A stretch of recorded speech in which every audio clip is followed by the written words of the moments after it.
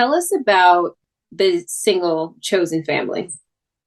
Okay, so Chosen Family, I wrote last year. My writing partner, Mark, who also worked on the full EP that's coming out soon, helped me find and conceptualize really what I was trying to go for. And that's essentially feeling as if there are people in your life that you aren't related to by blood, but in God, in love, in friendship, you find they're your brother or your sister or your auntie, your mom, like they kind of take this place in your life that is just special and makes you forget sometimes about the troubles or even lend you advice that you can never really give back to them. It's just this synergy of feeling good.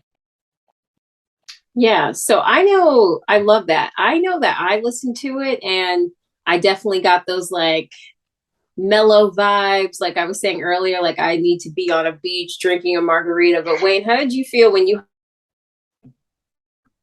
You cut out? Oh, did my thing cut out? Wait, what's going on? Dang. dang? My bad, Okay, we're my back. We're I back. was like, bad. what did I say? Zoom No, my like bad. What did you say? My thing cut off. That's what I okay, yeah. It took me a minute to realize it. But no, I was saying, what did you think of the single as a guy? It was dope. I feel like it would be like a cool, like going down like PCH Malibu vibe. You know what I'm saying? Just listening to it. I liked it. It was dope. Oh, was that beautiful. what you going for? Like a California Yeah. coast?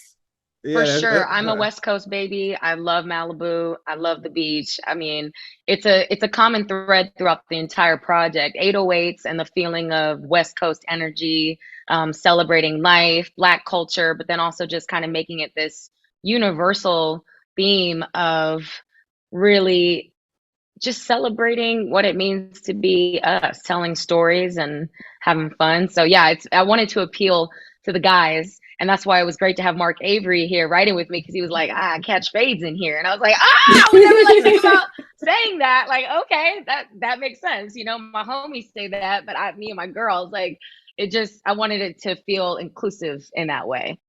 that's dope.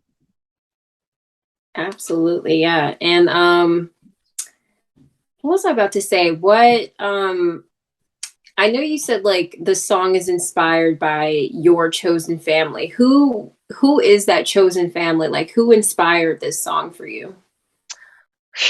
I mean, I have my real family members, like my mom, my dad, my sister, my grandparents, aunties. But the people that I've met in my city in Los Angeles, some I've known for a decade, 5 years, 6 years. Shout out to my auntie Nadine Hicks, Wendy Green, Angelique and Arnau, Evan, Olivia. Like, there's so many beautiful people in my life. Even Hannah and Sarah, like my childhood friends. Sung Chung, love you. Yeah, I just feel like I either went to school with these people or worked with them very closely. Yeah, I've got some castmates from a Netflix film that I did a couple years ago, Asia, Dee Dee, Jesse, Theodore, like, they're just wonderful, wonderful people. And they almost feel like old friends. When did you start getting into music? Were you I, always into music, or you just like started recently? yeah, I've been a music lover, I think, from day one. I feel like that was honestly my first love. And even when like, my parents were struggling like financially in my childhood, but I was always in like the best schools, music, films, books. That was my way of just feeling joy. We would have dance parties in our living room. We were listening to like Lauryn Hill and Hall and Oates, and like they introduced me to rap and everything under the sun. My parents are big music buffs, but I actually recorded a song, a cover of the song Fade Into You by Mazzy Star for a show I did for HBO Max called DMZ.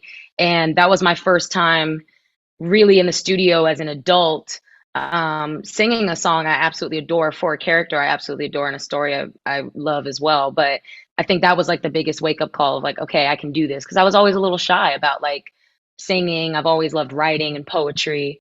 So I just love telling stories. But it really just was me speaking it and asking the questions, like asking for help. And it led me to DC, my record producer, my homie, and yeah, we're able to put this song out today.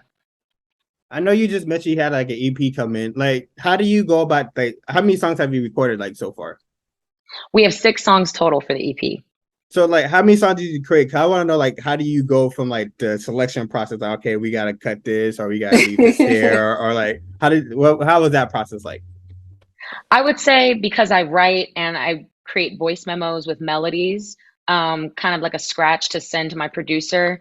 That's really how the songs come about because we just feel what is going to be the strongest foundation, what speaks to me the most, um, what's going to be conducive to the story, right? So, Broken Hearted was actually an accident. My producer and Mark Avery, who wrote that song and he helped write Chosen Family, they were pitching to another artist. And I was going in for a song I wrote called Love is King, which is like my baby, first song of mine.